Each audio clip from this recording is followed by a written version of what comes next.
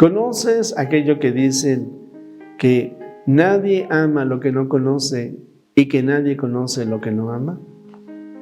En el nombre del Padre, y del Hijo, y del Espíritu Santo. Amén. Palabra de vida del Santo Evangelio según San Juan, capítulo 14, versículos del 21 al 26.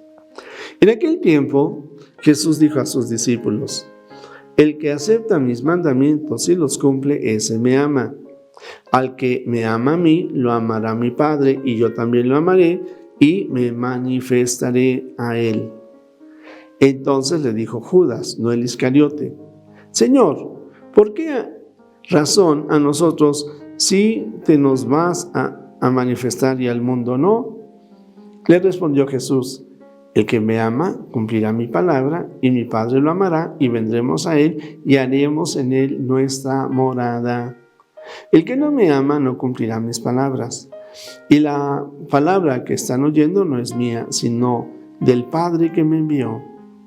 Les he hablado de esto ahora que estoy con ustedes, pero el Paráclito, el Espíritu Santo, que mi Padre les enviará en mi nombre, les enseñará todas las cosas y les recordará todo cuanto yo les he dicho.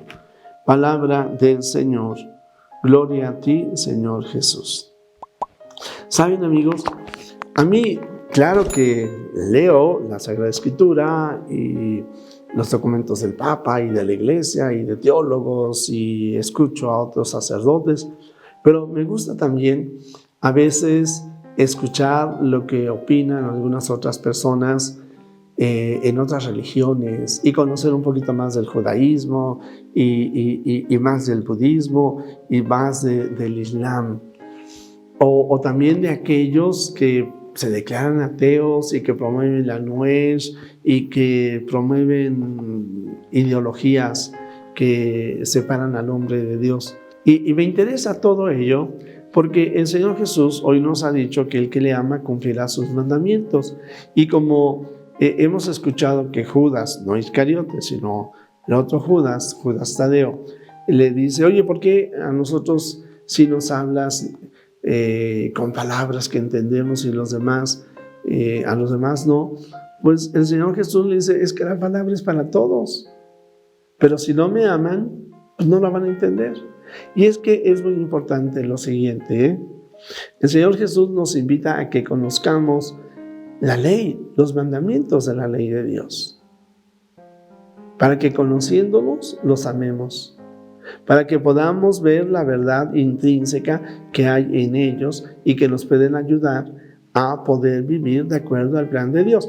Pero si no conozco los mandamientos, pues entonces pues fácilmente voy a decir: bueno, ¿y por qué el matrimonio solamente tiene que ser hombre y mujer? Bueno, ¿y por qué tenemos que respetar la vida del niño desde el vientre materno? ¿Y por qué no le damos su ayudadita a aquel que se muera? ¿Y por qué no voy a mentir? ¿Y por qué no voy a mal administrar un país siendo mal gobernador, mal legislador? ¿Por qué no conocen los mandamientos? Y aunque en un momento dado los pudieran decir de memoria, es que no se trata. Los mandamientos no solamente es como un conocimiento intelectual. Hay que profundizar en ellos, hay que interiorizarlos y hacerlos vida.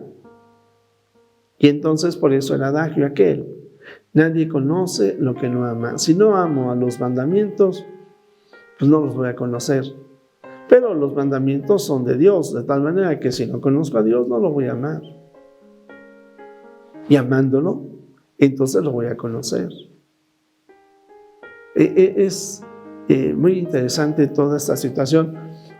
Yo voy a decir, no porque así sea, pero sabemos que muchas veces decimos el conocimiento en el cerebro y el amor en el corazón, o los sentimientos en el corazón y lo intelectual en el cerebro. Pues tenemos que unir mente y corazón y voluntad, para que entonces efectivamente, aprovechando la inteligencia, el don que Dios nos da, conozcamos la voluntad de Dios, la amemos y nos esforcemos en hacerla vida. Por eso el cristiano tiene una cierta sensibilidad hacia las cosas de Dios. Y algo que me llama mucho la atención es cómo esa sensibilidad, incluso muchos desde pequeños, se manifestó, y ya lo único que ocurrió es de que se fue desarrollando. Por eso el Señor Jesús dirá: no, ustedes no son los que me han escogido, soy yo el que los ha escogido. Y esa sensibilidad para amar a Dios, menciono que podemos descubrirla en muchos niños, es que tienen verdaderamente experiencia de Dios, gusto por las cosas de Dios. Pero hay algunos que les aparece ese gusto en la adolescencia, otros en la juventud, otros cuando están casados, y algunos ya también muy mayores. Aparece de repente. Pero tú y yo lo que tenemos que hacer es profundizar en esta gracia, pedirle al Señor que derrame su espíritu en nuestros corazones, para que tengamos el don de ciencia, el don de sabiduría, que nos lleve a conocer la palabra de Dios, a tener gusto por la palabra de Dios, para poderla compartir con los demás. Y de esa manera, entonces, nosotros participemos en la obra de la salvación. Porque ciertamente alguien que amó a Jesús te acercó a ti. Ese alguien puede ser tu abuelita.